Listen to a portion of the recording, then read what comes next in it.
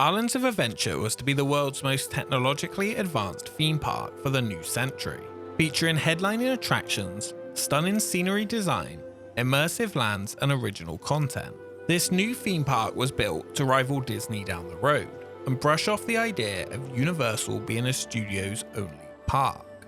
Universal would go all in on its only original land, and today we continue our expedition through the subsection of the Lost Continent called the Lost City, that still exists almost exactly as it did on opening day.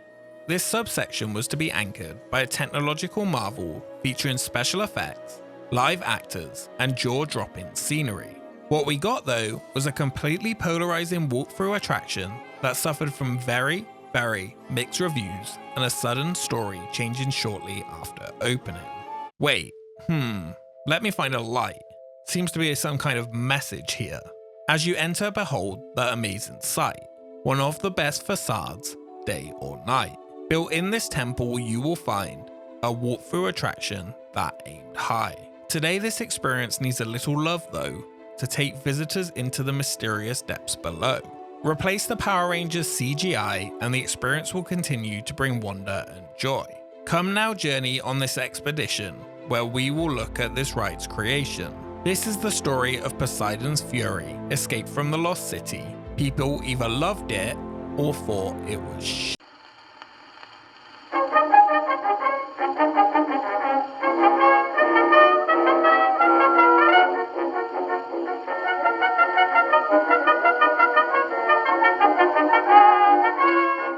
Initial plans for what would become Poseidon's Fury would begin back in the early 90s. Islands of Adventure was in the design phase for its final lineup of attractions, and one early version of Poseidon's Fury was called Journey to Atlantis. This, however, would be nothing like the version we know it as today. The ride initially started out with a Madhouse Theatre design concept, while journeying down to the fabled city of Atlantis via a drill. This concept allegedly changed with the park's new focus on being the most technically advanced park for the 21st century. The name remained Journey to Atlantis, however the focus changed to advanced special effects using water screens and immersive storytelling. With the project finding its path, Universal sought after finding advanced, awe-inducing special effects to supplement the new focus on rain curtains and water-projected screens. Technifex, a California-based effects and concept design company, was brought on board to develop something new and unique that will become the centerpiece of this new attraction. In California, Technifex had created a short water vortex tunnel formed entirely of water blasting at 100 miles per hour in the inside of a ring. The engineers could pass through the tunnel without getting wet. Universal knew this was the awe-inspiring technology they wanted to base the attraction around, and requested that the small concept Technifex had designed to be turned into a 40-foot long tunnel with an 18-foot diameter that guests would be able to walk through. While Technifex worked on developing this unique aspect, Universal designers were busy finalizing the design for the attraction. The concept that almost made it to the construction phase had the ride still called Journey to Atlantis, with a concept similar to how we know it as today, with one major change. The 1995 concept would have an extra element featuring a Simulator-esque submarine that would take guests to the Temple of Poseidon. In this version, guests would queue through the toppled ruins of a gargantuan Poseidon statue and enter a pyramidal temple. Here, a comedic live-action old man, named the Keeper, would guide guests further into the antechamber in the hope to find a guest worthy enough to unlock the secrets to the fate of Atlantis. In the next room, a colourful flame called the Oracle would seek to find the Chosen to unlock the next chamber door. After some more guest interaction and special effects, the Chosen One was among the guests and the wall would open, revealing the Vortex portal. Along the Vortex pathway, a new character was introduced called Neoprene, the ambassador of Atlantis, who would help guests enter a loading hatch to board the submersible. The submersible interior will be rounded and feature two large viewport windows, with guests standing on lean rails facing them.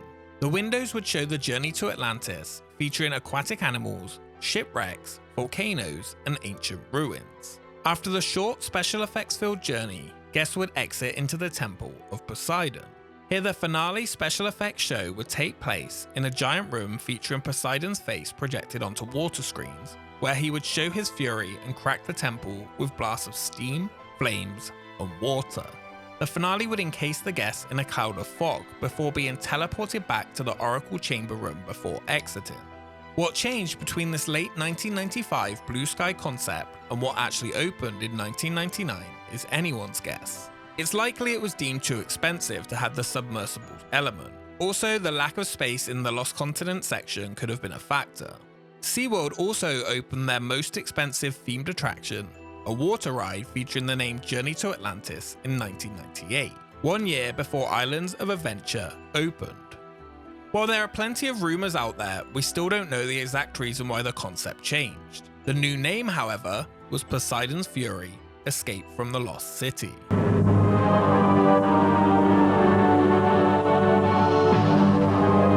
Poseidon's Fury is the classic story of good and evil.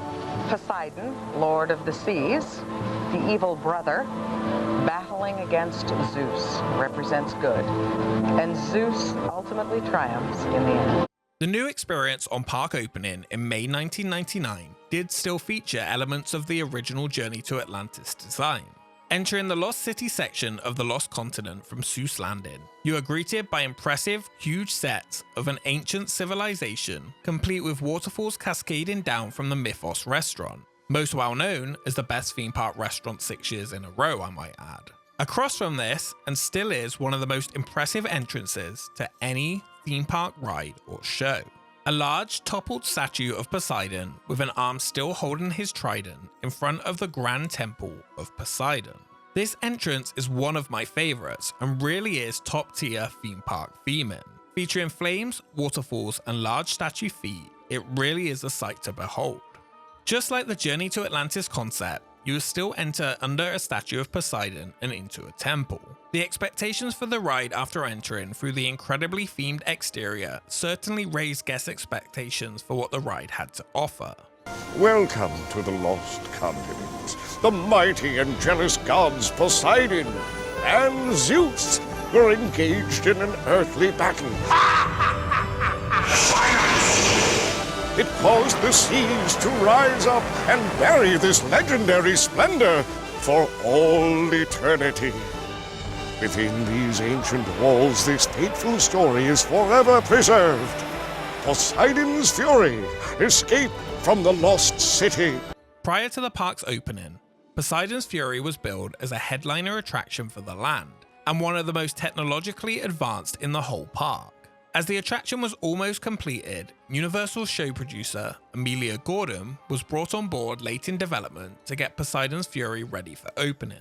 She had a small budget to manage the creative development of the attraction and did her best to tell a story with the special effects elements Universal had built. Did it live up to being billed as a headliner attraction? Guests certainly didn't think so. Guests would enter the fabulously chilly air-conditioned queue inside the temple and encounter long themed hallways featuring ancient paintings on the story of Atlantis. The hallways were all very dimly lit and featured team members sporting full head-to-toe cloaks. Over 100 guests would then be admitted into the first small chamber where the 15-minute-long walkthrough experience would begin. Hello! Hello! How wonderful to have visitors! In Poseidon's Fury, we used a live actor to develop a relationship with the guests. But call me Keeper, for I am a keeper of tales. I believe the secrets of these stones would unlock a gateway to the very kingdom of Atlantis. In this first room, you are greeted by a live actor called the Keeper. The Keeper appeared as an old man with a rather fake wig and beard, who tells the story of a battle between Zeus and Poseidon through the use of lights and murals in the room. Poseidon had been banished to the sea forever. The Keeper then leads us into a second chamber called the Oracle Room. Here, a rear projected face called the Oracle speaks to guests and interacts with the Keeper. Let's not avoid the legend. Here, play back the video for the spirit. Let the spirit know the legend, how it actually works. This portal is a prison, but after 10,000 years, Poseidon... We are being requested to have an audience with Poseidon, who has been locked in his chamber, and she will open the portal to the bottom of the ocean. Here she uses a spell to open a very sophisticated special effects door, which twists and turns in on itself before revealing the attraction's main feature. Sea of serpents, oceans wide, abate your dark and drowning tide. Yet brave.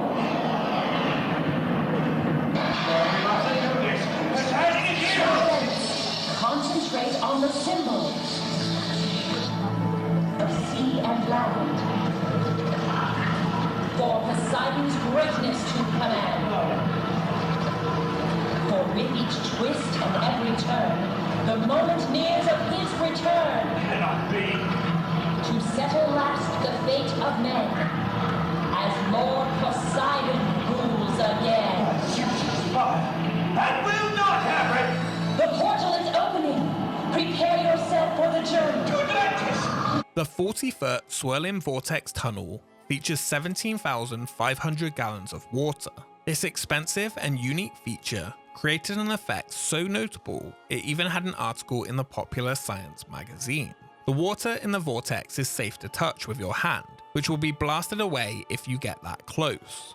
Over 40 nozzles were responsible for the water effect being blasted by electric pumps. If the sensors on the pumps detect anything unusual, it would immediately cut power to the jets, causing hundreds of gallons of water to be dropped onto the bridge immediately.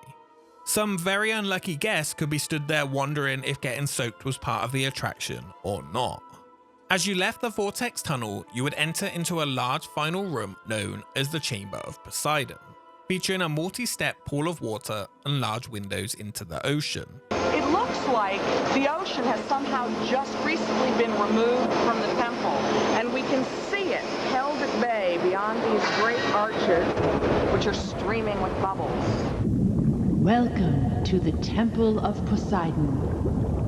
Looking out the windows of the temple, you're looking out through water. When the final show starts, a CGI merman Poseidon appears on screen, voiced by iconic actor Jeremy Irons. On dark and dreadful day, Atlantis and Poseidon rose up against Zeus. And just what do you intend to do about it? Rule over oblivion! The voice of Scar in the original Lion King, and one of the voices for Spaceship Earth. This is the first application of the rain screen in the theme park industry. You are nothing but a sputtering old flame, and it is now time to put you out! The Keeper appears on the rocks in front of where the audiences stood, and wants to clear things up between Poseidon and Zeus. The Keeper, in fact, was actually Zeus himself, and the live actor disappeared before reappearing on the scenes in the room as a CGI form of Zeus. Zeus is voiced by Earl Bowen, most well known as the psychologist in the Terminator series. A battle commences featuring a plethora of special effects with water, fire, rain, steam, smoke, and projections all at different depths. Zeus defeats Poseidon, but the temple is destroyed in the process. The effects in this room alone use 350,000 gallons of water, 200 flame effects, and 25-foot fireballs. Fissures open in the walls and floor of the temple, and smoke and steam and fire rush toward the audience. The room that we're standing in fills with blinding fog. Time grows short. I must get you out of here. As the room begins to crumble and fire effects exploding around you, Zeus says one last incantation to save the audience. I'm not really sure why he brought us down here in the first place. Steam and darkness hit you as the temple goes silent. When the lights illuminate, you are transported back to the Oracle Room and the attraction is over. The teleportation effect was seen as an integral part of the ride, and much secrecy surrounded the effect. Oh my goodness, what a racket! The fog begins to clear, and it's the Keeper emerging from the darkness. Where are we? Oh, that looks familiar. When you're magically transported back to the room where you started, how does that work? What's the secret there? It's magic. The effect was achieved by huge motors that drop a shell of the Oracle Room that was hidden high above the audience members during the steam and darkness. An exit tube locks into place for the exit, which hides all of the behind-the-scenes effects. This all happens within about 5 to 6 seconds, but is an effect a lot of people did not even realize was meant to be a teleportation effect. The room which lowered around you looks exactly like the previous Oracle room before the water tunnel. As the experience ended, many guests were left dazed and confused. Was the attraction over? Was that it? Guests completely missed they had been teleported back to the previous room, and the storyline did not really make that much sense. The queue line was too dark. The first 2 rooms were pointless, and the final scene was just confusing. Why was Zeus leading us into battle and into danger? Why, with all the realism in the first 2 rooms, was Poseidon a CGI merman? Why were you stood there just doing nothing? Many guests left with questions after the experience ended, with many of them feeling that it did not match its impressive exterior, where they expected a ride and not a drawn-out, confusing special effects show. There were of course guests who did love the experience, and left feeling a sense of wonder and excitement, exactly what they were trying to achieve. The special effects inside were really good, and the Vortex tunnel was breathtaking. However, Universal surveys revealed the attraction was not performing as well as they had hoped. And where Poseidon's fury escape from the lost city traps you in an explosive battle between the gods. Enter Gary Goddard, co-founder of Landmark Entertainment Group, creator of rides such as Terminator 2 3D and the acclaimed Amazing Adventures of Spider-Man, heavily involved in the Star Trek attractions in Las Vegas, and director of the 1987 movie Masters of the Universe, featuring He-Man. He was given just 12 weeks and a tiny budget to redevelop the attraction's storyline to increase guest satisfaction. The storyline would be changing, but the main effects and showpieces would not. He initially proposed a name change from Poseidon's Fury to the Haunted Temple of Poseidon, as he thought the name would better convey a walkthrough experience drawing connotations to Universal's Halloween Horror Nights houses. The name change was denied by Universal. Opening in June 2001 was the new Poseidon's Fury that still operates today. The reinvention completely changed the storyline and tried to rectify the initial issues guests had with the experience. Did it succeed? Well, that depends who you speak to. One change immediately noticeable out the front was the addition below the ride wait time sign, now reading that tours departed at certain times. This was to help set guest expectations that this was a walk-in expedition and not a ride. Team member costumes were changed to better reflect the storyline, in that the temple that guests entered was now being excavated by the Global Discovery Group, a group of explorers. The temple is said to contain an ancient connection to the ocean, but something had happened that cursed the temple and closed the connection for good. The queue that originally was a dark labyrinth of tunnels was retrofitted with excavation lights added to the theming. The experience again starts when entering the mural room, as in the pre-changed edition, but this time you are greeted by a new guide called Taylor. This young, out-of-their-depth intern of the Global Discovery Group can now be played by either men or women. This chamber long ago and sacrificed everyone inside, giving him dark powers. Then he challenged Poseidon. Then there was a huge battle, and then everyone died. The tour guide fills us in on the new storyline while waiting for Professor Baxter to return from exploring the temple.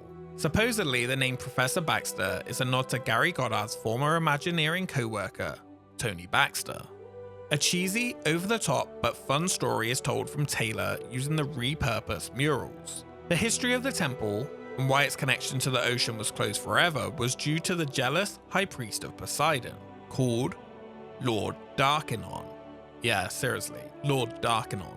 Could you think of a more appropriate villain name? Let me know in the comments below if you can. Darkinon had supposedly sealed the chamber you are now standing in and slaughtered the worshippers inside as a sacrifice. He hoped to gain dark powers to challenge Poseidon and take his trident for himself. When a battle between Poseidon and Darkinon commenced, the trident was lost and both of them were locked away. With this new story, Poseidon was now the good guy in the story, and Lord Darkinon the obvious bad guy. Why the change? Well, Goddard thought that the change felt more true to the mythical nature of Poseidon, and having a more compelling threat, such as Lord Darkinon, felt like the guests were in more immediate danger than the previous version. You can see why Goddard wanted to change the name from Poseidon's Fury. A comment though from Taylor instructs that the temple earned its nickname, Poseidon's Fury, as he was so outraged from the High Priest's betrayal that his anger echoed around the walls. Good save, Universal. The Poseidon mural they used in the first chamber is just a Zeus mural from the original show with a trident painted over a lightning bolt. The painting on the other wall was replaced with a painting of Darkanon.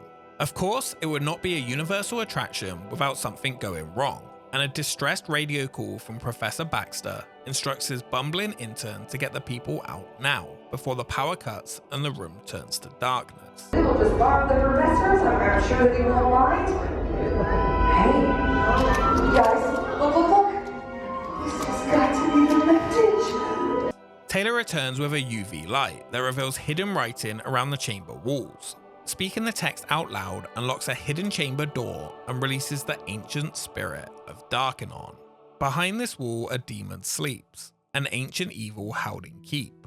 Poseidon's power contained the beast, but he too perished when battle ceased.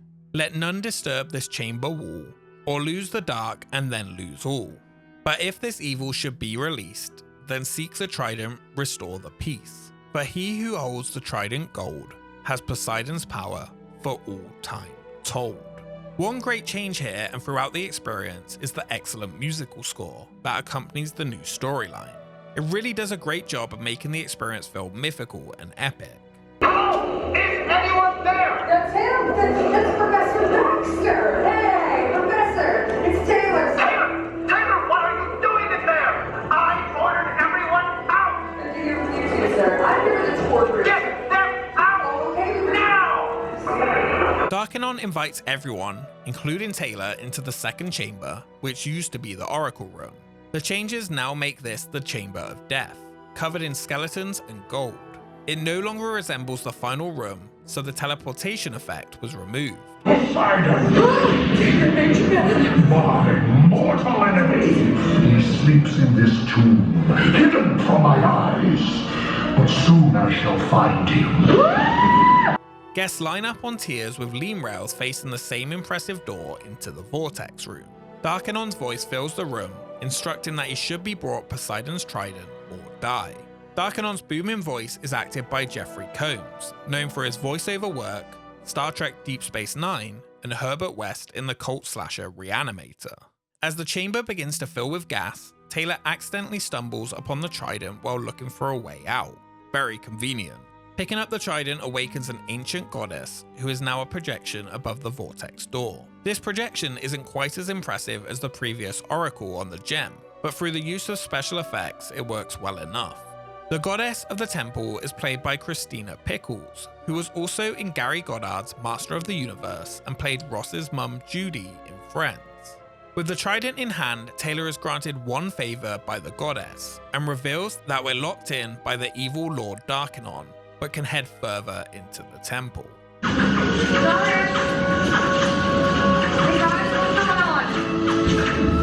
up your oceans, swing wide the door, let the waters rush and the oceans roar.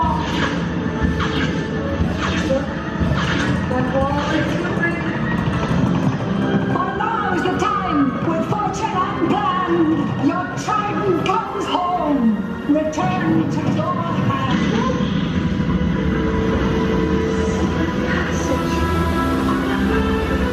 Move quickly, for I cannot maintain its powerful realm.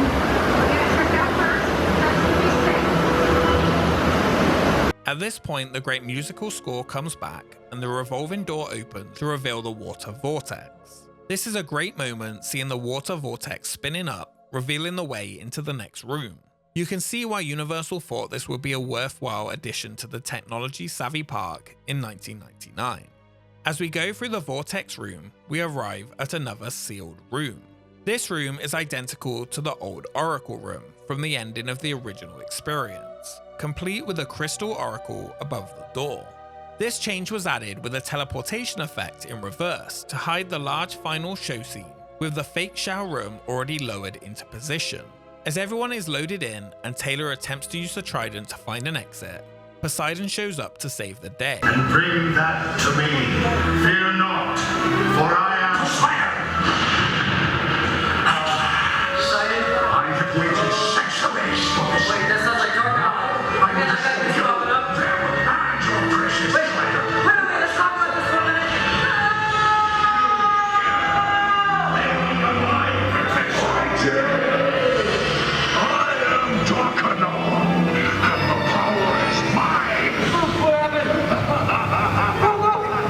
In a flash of light, the room shell lifts, revealing the large finale chamber. This effect does work really well, and if you want to see how it works, close your eyes just before the flash. The finale scene now plays out using live actors instead of the CGI from before. When Darkanon arrives, it's kinda hard not to chuckle at how he looks. The characters are dressed in what can only be described as odd superhero and villain costumes, which really adds to the cheese, and are now no longer mermen. It invokes a similar vibe to the Masters of the Universe film that Goddard himself directed. Darkanon threatens Taylor, who appears climbing some rocks before placing the trident on a statue of Poseidon. Poseidon is then revealed on the screens and a pretty cheesy fight ensues as the finale is played out using the same fire, water and smoke effects as before. As Darkanon is vanquished and Poseidon grants us passage back to our world, hair blowing in the wind. You must go, quickly! I grant you safe return to your world. Farewell! You are under the protection of Lord Poseidon. Now go!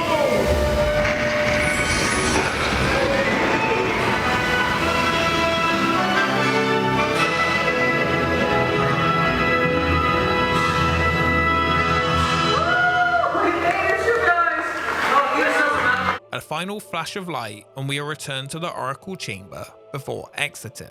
One thing that didn't change after exiting, that was certainly not in the budget for the retheme, was the treasures of Poseidon's shop. Here you can still see the original merman Poseidon holding the sign for the shop with his tail still visible on the inside. So was this change an improvement? According to guest satisfaction scores, the answer was yes. Universal got their wish and the 12-week redesign was a success. However, fans of the original attraction weren't so sure.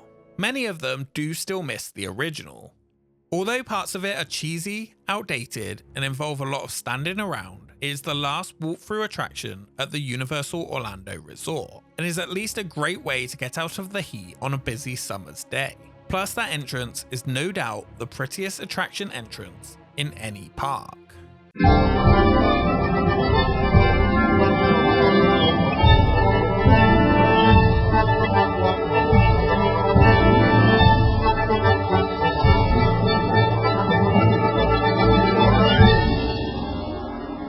Not much has changed to Poseidon's Fury since the reimagining in 2001.